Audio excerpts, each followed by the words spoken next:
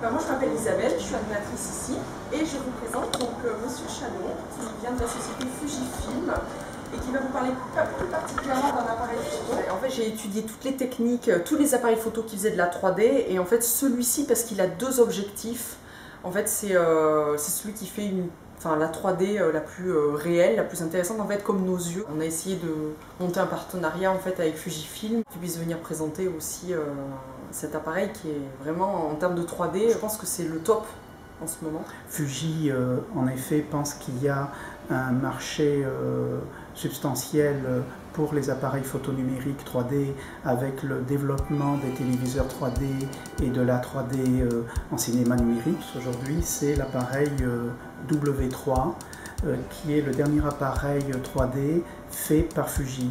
Fuji a rempli cet objectif en faisant un appareil déjà compact et qui peut s'adresser à un très large public grâce à une ergonomie extrêmement aisée. Là, on a deux objectifs, écartés de 77 mm, ce qui correspond à peu près à l'écartement moyen des yeux humains. Et cette visualisation de la 3D peut se faire sur cet écran arrière, sans lunettes particulières, grâce à un réseau lenticulaire.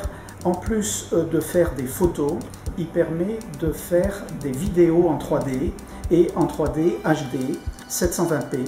On peut voir sur notre écran V3, notre cadre numérique V3 sans lunettes, ou on peut voir sur des téléviseurs 3D qui soient en système passif ou actif, ou des ordinateurs avec notamment le système 3D Vision de Nvidia, ou même sur les premiers écrans de télévision sans lunettes qui commencent à apparaître. C'est vraiment un format de fichier qui est totalement standard et très ouvert sur tous les systèmes d'affichage. Donc avec la pratique en plus, donc c'est génial.